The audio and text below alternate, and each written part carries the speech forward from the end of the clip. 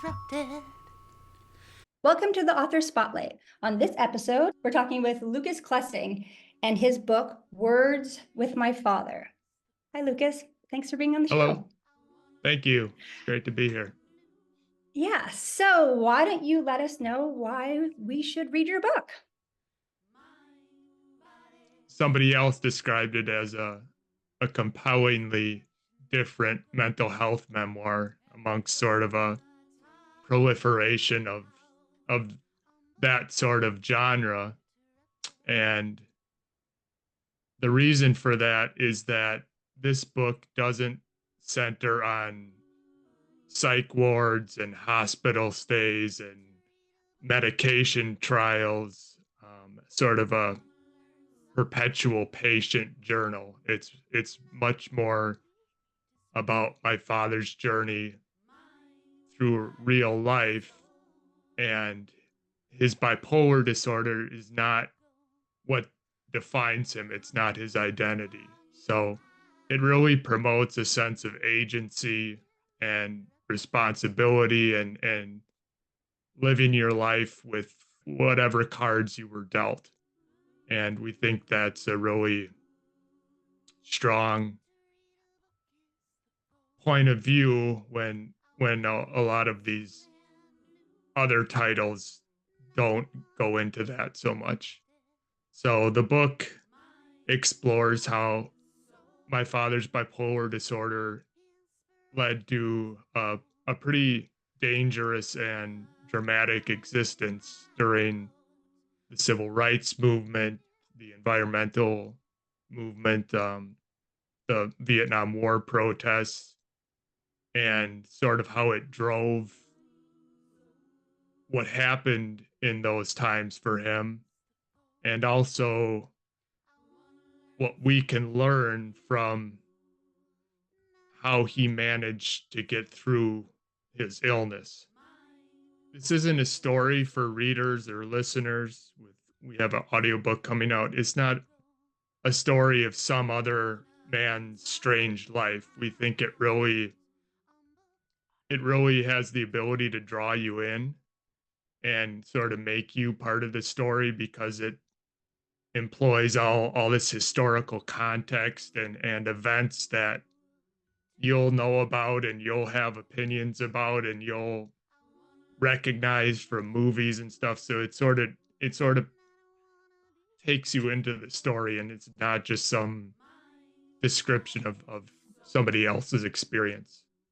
So we think that makes it a pretty unique experience for readers. So I was wondering, is this a memoir or is it a biography? Like I noticed that you wrote it with your father, but I also noticed that he passed away. So I was just wondering, did you write it together when he was alive, or was it stories that he told you and then you wrote as a biography of his life? I would classify it as a narrative memoir. You know, we have to put our books into categories for all the retailers and all that. Yeah. So that's what I put it into. But you're right, it does fit multiple genres. But to answer your question, my dad had this long compilation memoir of his life that he was writing after he um, got diagnosed with early cognitive impairment, which is a precursor to Alzheimer's. So he wanted to get his thoughts and experiences down before his mind started to go.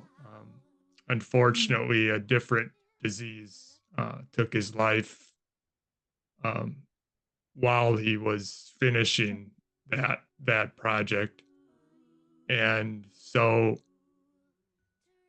I don't want to get too sappy, but No. he asked me while he was dying in the hospital to finish it for him. And so when that happened and I started, I thought this would be great if I just edited it and put it out there as is, but it would be even better if I lent my voice and transported us between his experience and his time, which, is 50, 60 years ago, and how it applies to our current world. So that's more where my voice comes in, through chapters that we call reflections in the book that are interspersed between his retelling of his story. I love that. So it really gives it some. It's not just a historical telling; it brings it into the modern world. Well, I think it's great, actually, especially if it has to do with his bipolar. I just think nowadays we're a lot more educated about mental health, and Right. it's not necessarily such a thing to be, kept quiet about. People talk about it openly. It's a normal thing. I have someone close to me too who has bipolar, and I know that in the past, when they were younger, only our family knew about it, because you didn't really talk about it very much, because there was a lot of misinformation and assumptions that people make, and judgments that weren't fair or correct. So Yep.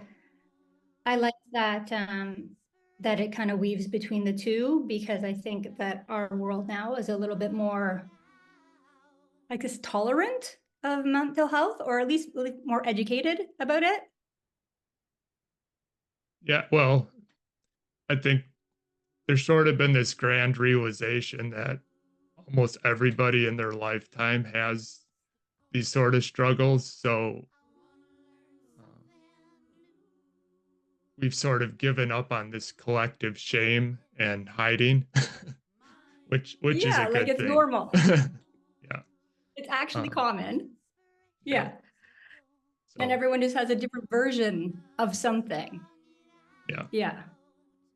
So what I read about this book is the way interweave between the two is you're having a conversation with your deceased father, and then he's telling you stories. Is that how it works?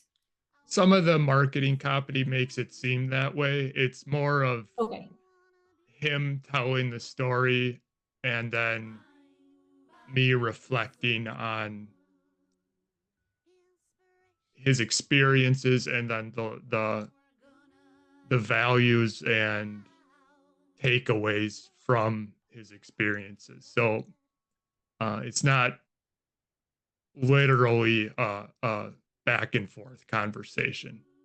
Um, but I understand because we wrote some of the marketing copy to make it seem like it's a, a dialogue like that. But don't be dissuaded. It's still good. Okay. No, I think that's great. And so also I read it goes into the civil rights movement. So there's a lot of stories from that in the book. Right. Yep. My dad's bipolar disorder manifested as it does for many people during the late teens, early 20s. And um, his mania manifested into sort of this activist frenzy where he would get involved in all these causes and he his main role in the civil rights movement was doing some of the marches and the protests, but also transporting Black people to those gatherings all across the South in Mississippi, Alabama, Georgia, Northern Florida, Tennessee. Um, and he did that especially for the freedom rides, which people know about, and some of the sit-ins at segregated restaurants and establishments that comprised sort of his activity with that. So he was always traveling and facing violence from racist white people in the South. He's been Right. threatened and shot at and called all sorts of things. And so we go into that and how it interplays with how his mania led him to do that, because he had all this energy, and that combined with his ideas and his values into that activism. That's great. And some of that drive compelled him into the anti-Vietnam War protests and what they call the peace movement, and then later into the environmental movement. Wow, that's great. Yeah. All right, so that's all the time we have.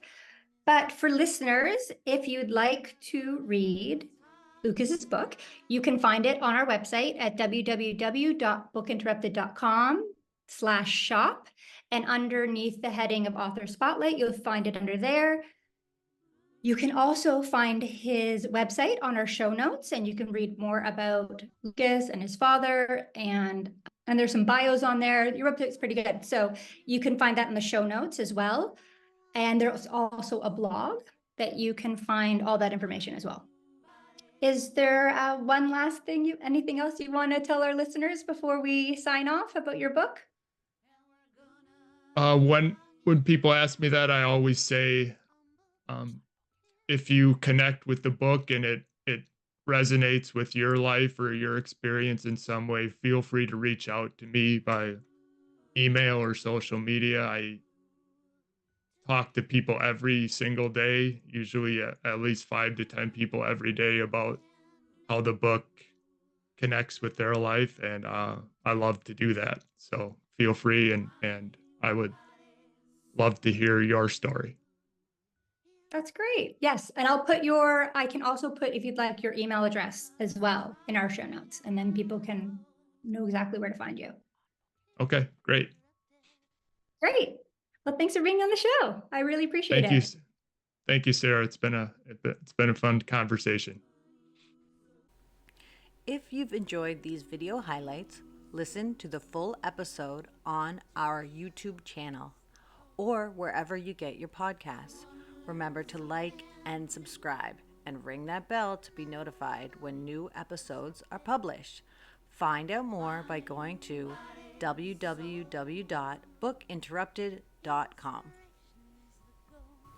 And we're gonna talk it out on Book Interrupted.